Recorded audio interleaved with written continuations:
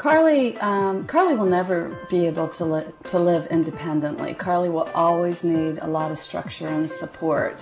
It would actually, I think, be rather cruel to throw Carly out in the world and expect her to function like other people function because of the limitations she's got to go through every day. Carly has problems with memory. She has problems with judgment, with reason. Carly has problems with perception, and how she sees the world is much different than how most people view the world. Of course, Carly can't understand money because math is one of the areas that's very weak for Carly, as it is with most individuals with fetal alcohol syndrome. So we have to help her to count out her money the night before. We brought home what we believe to be a very healthy baby girl.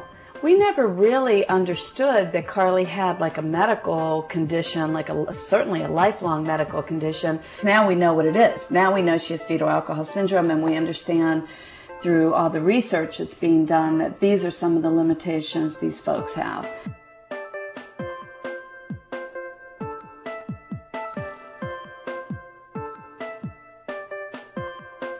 They're not there. She's priceless air rock snow. He's kind of a funny guy. Am I making the right choices? Am I asking too much? Because sometimes he appears so normal. And of course, all of the records that I brought from the hospital stated that the mother drank, stated that she did drugs, stated that there was no prenatal care. And you send him with $2 into the store, and he came out and he looked at me and he said, I don't know how much that is. I don't know what to buy. And everybody feels, because they have all their little fingers and their little toes, well, baby looks okay to me, must be all right. Not true. Not till you get into school. Not till you have to put that brain in play. The effects of alcohol on a developing child are all too real for Lynn and her adopted son. Her son suffers from fetal alcohol syndrome, caused by his birth mother's alcohol use during pregnancy. When a mother drinks, she exposes her baby to alcohol.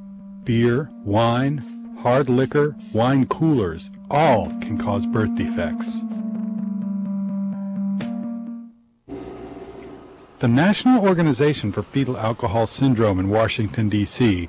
works to help the thousands of children and families whose lives are impacted by fetal alcohol syndrome. The latest figures suggest that as many as 12,000 newborns every year are affected with a full fetal alcohol syndrome, and then as many as 3 times greater are affected by alcohol-related birth defects or alcohol-related neurodevelopmental disorder.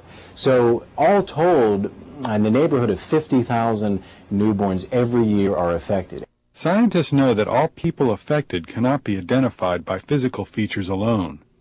But alcohol-related birth defects were first recognized because of the way severely affected children looked. Okay, now your ears. Only doctors can make a correct diagnosis of fetal alcohol syndrome. The facial features of FAS include small eyelid openings, short upturned nose, long upper lip from nose to mouth with a thin red border and a deficient central groove, reduced head size.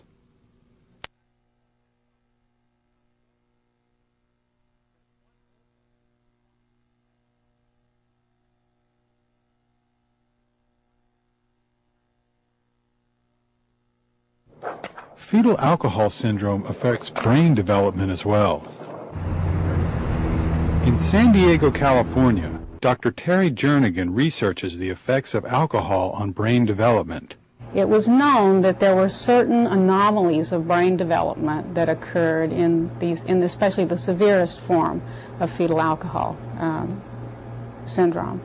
And one of the most striking of those were abnormalities of the midline of the brain, including complete agenesis of the corpus callosum. You see here this curved white structure in the midline of the brain that we see in this 12-year-old normal individual is the corpus callosum. That's the normal size and shape of the corpus callosum. You can see that in this case, which is a 14-year-old fetal alcohol syndrome case, there really is no such structure. There is no corpus callosum. This we refer to as agenesis of the corpus callosum. This is a case which we would call dysgenesis of the corpus callosum. You can see there is a faint, you can see that the structure is there to some extent. There are parts of it that are there, but it's much thinner, much reduced in size relative to the normal corpus callosum here.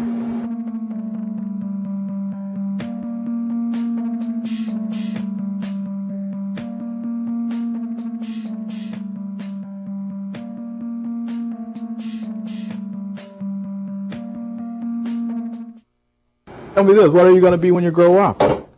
Dr. Luther Robinson is a pediatrician in Buffalo, New York, who is familiar with the identification and treatment of FAS.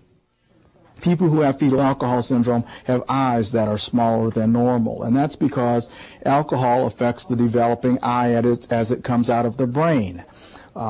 People who have fetal alcohol syndrome have smaller heads than average, and that's called microcephaly. And again, that reflects the impact of alcohol or the byproducts of alcohol on the developing brain and nervous system. People who have fetal alcohol syndrome, a number will have differences in the lines in their hands, and those lines in their hands represent fetal movement. And the fetal hand starts to move at about 8 weeks after the baby is conceived. And so we know that movement depends on how the nerves go to the muscles, and the muscles start to make the contractions and pull on the tendons and so forth. And so again, we're talking about a problem of differences in movement long before the baby is even born, sometimes before a woman even knows that she's pregnant.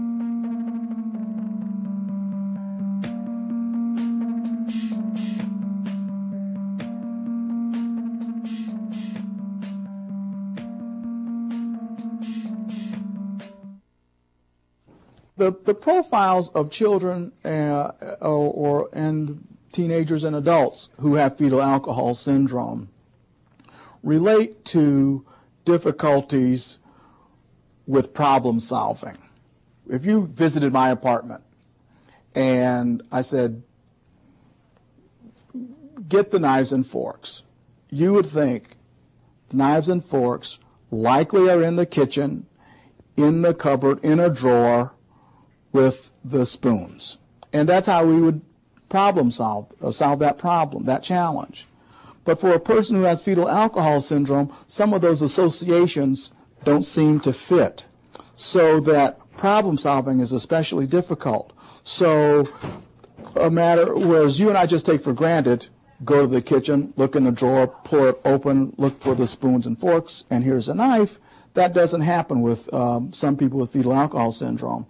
Pull out the knife, it's working almost by trial and error to come up with an answer. And that's just not an effective or efficient way to do problem solving. And that's one of the challenges of people who have fetal alcohol syndrome.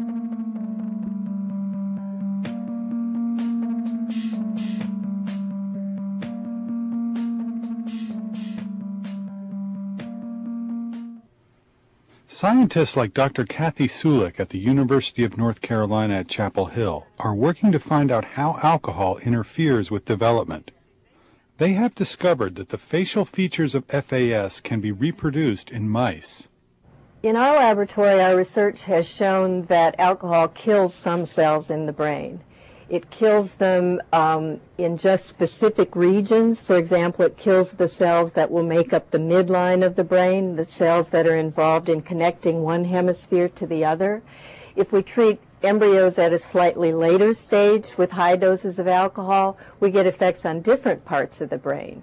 So the spectrum of abnormalities that alcohol can cause and what you see in any one individual very much depends on the pattern of the mother's drinking, because different cells in the brain are sensitive at different periods of time.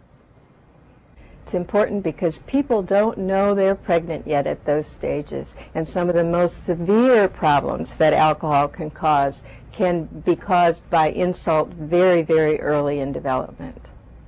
We've mostly worked with really early stages of development, stages that would correspond to the 3rd and 4th week of human development. It's a time when the human embryo is about the size of Roosevelt's ear on the dime. So it would only be about that long. Sometimes with animal studies, you don't really feel very comfortable extrapolating from mouse to man, for example. But we know that at the stages when alcohol can cause very severe damage to the developing brain and face, that the mouse embryo and the human embryo are very, very similar. This shows a mouse embryo at a time that would correspond to early in the 4th week in human development. The mouse looks very similar to the human at this stage. This is the developing face and brain. Here's the developing heart. It would begin to beat at about this stage in development. The part of the embryo that alcohol selectively affects at this stage in development is right along the edge of this portion. And here we can see that the cells that comprise the edge there are stained dark blue. That shows us that those cells are dead or dying. Those cells will eventually form the center of the face and also the center of the brain. And that's the area that's severely affected in children with fetal alcohol syndrome. If we look at a mouse embryo at a slightly later stage, it should normally look like this. The eyes should be here. One of the nostrils should be there, the other there, and this is the area where the mouth is. In an affected embryo whose mother was treated with high doses of alcohol, we see that that portion of the face is quite abnormal. It looks too narrow in the midline because it's missing part of its cells. This normal individual, we should see this central structure. In one that is affected, we see that that central structure is missing. This tissue should end up contributing to the center of the adult brain, that is, the corpus callosum. Alcohol damages not only the brain, but basically every organ system that we have. We found that it can make facial malformations that are very severe, like cleft lip. They can have problems with their hearts, ventricular septal defects, that's more commonly referred to as holes in your heart. They can have problems with their kidneys, for example, missing kidneys or kidneys that are much too small. Certainly learning disabilities are probably at what we would consider the minor end of the spectrum of defects caused by alcohol in terms of severity, but it certainly isn't minor in terms of the effect that it has on an individual's life. Alcohol-related birth defects last a lifetime. For Linda and the thousands of other parents who struggle with the permanent effects of FAS, the future remains unclear. I worry about whether we'll be able to hold down a job, whether we'll be able to go into the store and know what he can buy for $20. Yeah, I hope that he makes it on his own. I want him to have it all. So that's my biggest hope, is that he has a job, and he has children, and he has a happy life. Doctors and scientists don't know what a safe level of alcohol is for a developing child. Health advisors warn any woman who is considering pregnancy or is pregnant to avoid the use of any alcohol.